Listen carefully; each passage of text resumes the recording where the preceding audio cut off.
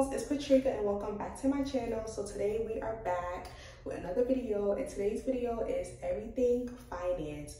We are going to be covering the real cost of getting plastic surgery, the real cost of getting a BBL, finance options, and tips for budgeting. So let's get right into this video. So first things first, if you're here watching and you're thinking about getting a procedure, tummy tuck, breast implants, BBL, rhinoplasty, whatever it is, it's going to cost, not just what the price that the doctor is giving you. Today, I'm just going to focus on a BBL since, I vlogged my journey on YouTube. I showed you, my entire recovery journey. I'm going to break down the real costs and, tips on how you can budget, how you can save, and everything like that. So first things first, you're getting a surgery. Depending on where you go, your prices is going to fluctuate. If you go out the country, you can get a BBL. Honestly, in Miami, you can get one for cheap too.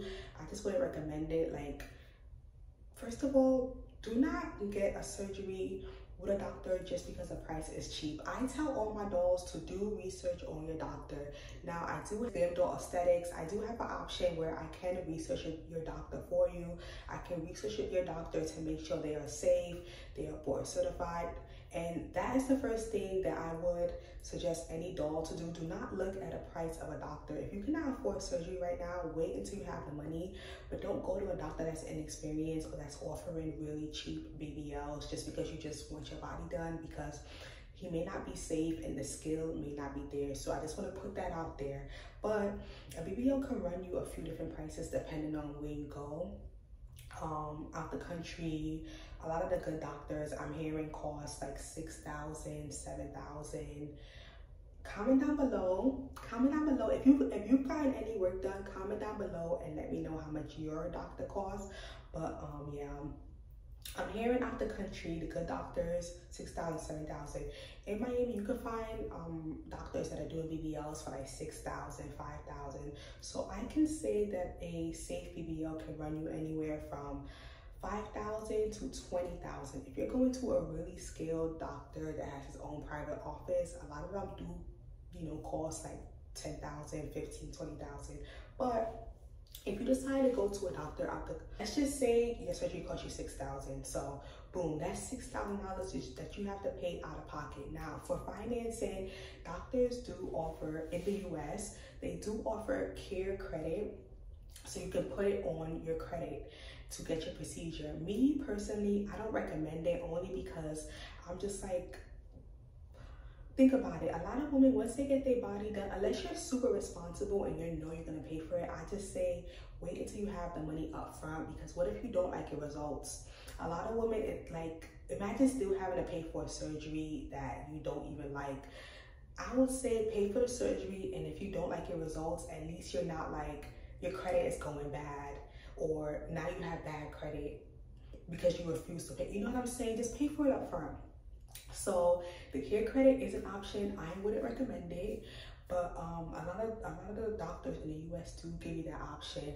So your first thought should be, how am I going to pay for this surgery? And we're going to factor in different prices so you know how much to really save. So when you do book your surgery with any doctor, they do allow you to do a deposit. So if you're saving up for a surgery, I would say pay the deposit to get it right out the way. A lot of doctors do tell you that you have to do a $500 deposit, which is decent. So let's say our surgery costs $6,000. You just paid a $500 deposit. Now you owe $5,500. So now you're excited. You're like, oh, I'm getting my body done, $5,500. Cool. You know off the bat that you have to pay $5,500. Now with my doctor, they did give us a portal where we could log in and pay whenever we wanted. I didn't do that option just because I was just like, I don't know, like if they're gonna keep track of everything. I think I was paying a little bit, but majority of my surgery money I think I paid during my what is it called? I paid during my pre-op appointment. I think that's when I paid off everything. I feel like that's better for me. But if you want to go on your portal, if you know that once you get money, you're always spending it and you're not on top of, like, you're not going to be on top of your goals, then I would say go into the portal and pay it off. And some budgeting tips, I would just say, It's hard for me to give budgeting tips unless I can't really tell you how to budget your money if you make an hourly wage. But one thing I can say to do is every paycheck, take money out for your surgery. So if you get paid, say you get paid $1,000 every 2 weeks, I would say make sure that you take out $200 to $300 every 2 weeks to go towards your surgery. And you have to be really strict with that no matter what. Obviously, put your bills first because your bills is what's going to keep a roof over your head and keep food on the table and things going. But I will also say to, even if you have to cut back on getting your hair professionally done, like learn how to do your own hair for the time being. If you have to cut back on getting your hair professionally done, do that. If you have to cut back on getting your nails done, do that. If you have to cut back on Starbucks, hanging out with your friends, do that.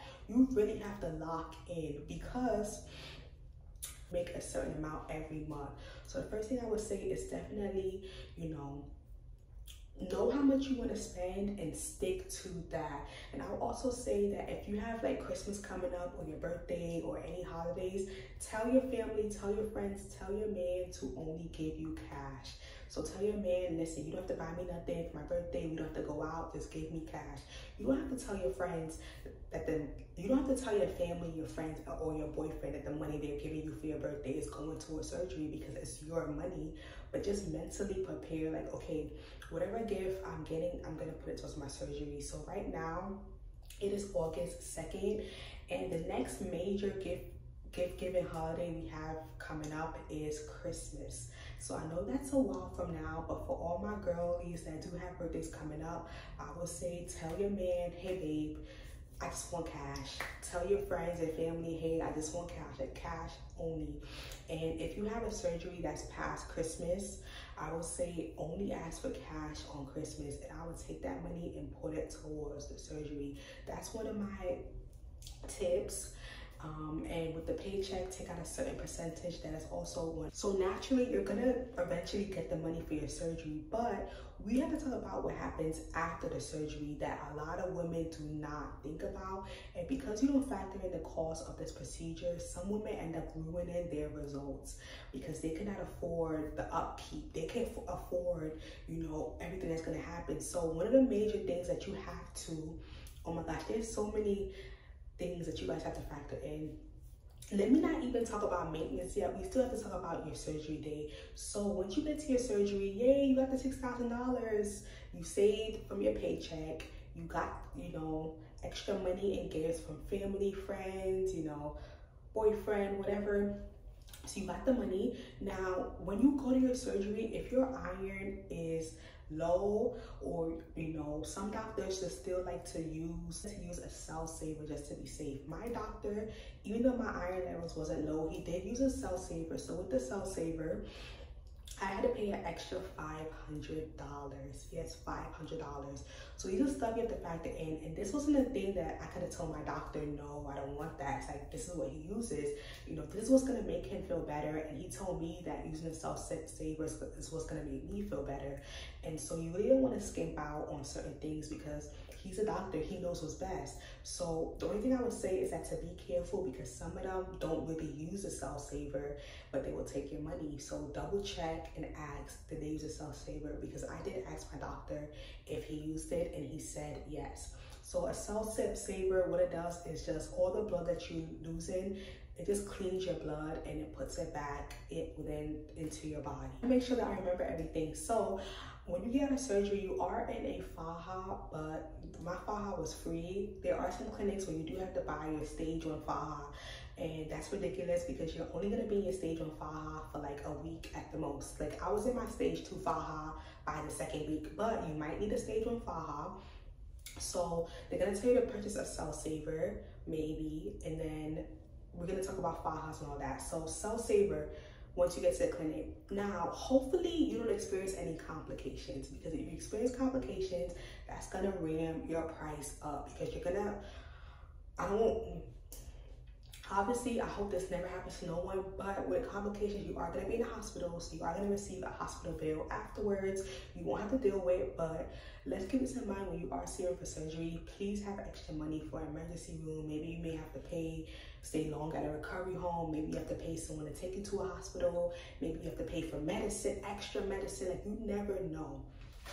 So boom, your surgery is paid for, and the doctor recommended a cell saver. So right there, you're already at $6,500. So after surgery, you have to buy a stage 1 faja, and hopefully they gave it to you for free. But after surgery, you're gonna need stage 2 faja. That's gonna run you anywhere from $100 to $200. Then on top of that, massages. Massages is the most important thing. They are not cheap. The only time the massages are affordable is if you're out the country. Because I did go out the country to get chin lipo, yes, and my doctor was the best. If you want the information on my chin lipo, let me know down below and I'll give it to you. But he was the best. And I did find a lady that did do my chin lipo, and she only charged me $25, literally $25. In the US, they was charging me $50 and $100. So if you get your surgery out the country, your massages will be less, but you are going to need like 10 to 15 of them, so it does add up quick. Even if you find someone that does massages for $50, you need 10 of them. So that's already another extra $500. And if you find someone that does your massages for $50, girl, you're lucky. Because with my massages, I had to pay anywhere from $100 to $120. So, and I got 10 of them. So I personally spent $1,000 on just massages alone. So right away, we're at $7,500 because we paid $500 for the cell saver and $1,000 for the massages. If you're out the country, then you're probably like at $7K. So massages. Next, I didn't even factor in your supplies that you're going to use. Now, even though I did stay in a recovery home, if you're staying at an Airbnb, you're going to need to purchase supplies for your BBL. Surgery supplies is gonna run you at least like under $100. You shouldn't be spending no more than $100 on surgery supplies, depending on where you're staying at. If you're staying at an Airbnb, you're gonna need, you know, chuck pads for the bed. You're gonna need like a pineapple juice. You're gonna need a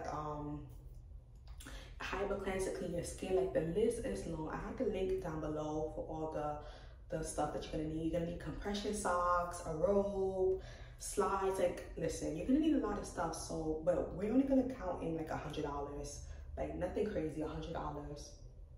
So that's an extra $100. So right now we're at $7,100. And then we have to factor in your foams. We ain't factor in the foams. Now I use foams, and I think my compression foam costs $50. So we have to factor in the foams and then factor that in as well. And then, of course, you have to factor in Airbnb. And just factor in the cost of surgery, which was $6,000. Massages. Let's hope that you find a deal for $50. I don't think nowadays. We're just gonna go with the price I paid. $100 for each massage. That's $7K. Supplies, $100. So that's $7,100. Faja and compression. My faja costs like $1 something plus compression $200. So that's $7,300 plus the cost of the recovery home. Recovery homes are different prices. In Miami, it does cost more. So recovery homes usually for like a week or so usually run you between $500 to $1,000. So add that in. So now you're at like $8K. And so I would say try to save like an extra $3,000, $4,000 more than the cost of your surgery, just to cover massages, cover supplies, cover your faja, compression, and just to cover groceries or your prescription and your medicine after surgery as well, because you have to pay for that out of pocket. So you're definitely gonna need like extra $3,000, $4,000, $5,000 just to be on the safe side,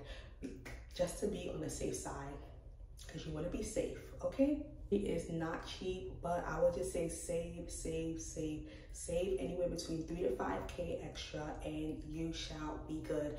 And if you don't have the cash, then I would definitely say always have a credit card with an outstanding balance that you can use, because once you get back to work and once you get back on your feet, you'll be able to pay it down, and you know, you'll be good. So if you don't have a cash, at least have a credit card, you know, that you can just put stuff on while you can. But do not go out the country. Don't go to Colombia, don't go to DR and you don't have enough money, because I can't say what's going to happen, but I can just imagine that you go out there and it just like they want cash. because I also forgot to factor in your blood work. If you don't have insurance, you have to do your post-op blood work, pre-op blood work, so the doctor can clear you. Like, I had to get my blood drawn, I had to do an EKG, but my doctor, my surgical office did do my EKG for free, which I was grateful for.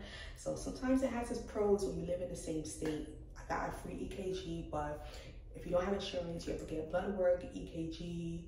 You have to do, I got I think my breast or my chest, they looked at. So also factor in some pre-op tests as well, compression sock, all of that. So I really hope this video was helpful on some things to expect when it comes to costs and pricing and budgeting and everything when it comes to getting a BBL. Comment down below and let me know how much your surgery costs. Like, I'm really curious, and depending on what procedure you get, it is going to cost more. So for my dolls that's getting mommy makeovers and tummy tuck, BBL, lipo, implant, like, all this is going to cost more, but I'm just really curious. So comment, let me know, and thank you dolls so much for watching. I'm gonna have my Amazon link in the bio to grab some of your supplies. If you're interested in booking a one-on-one call, then my link is in the bio. And I want to thank you dolls so much for watching, and I'll see you in my next video. Bye.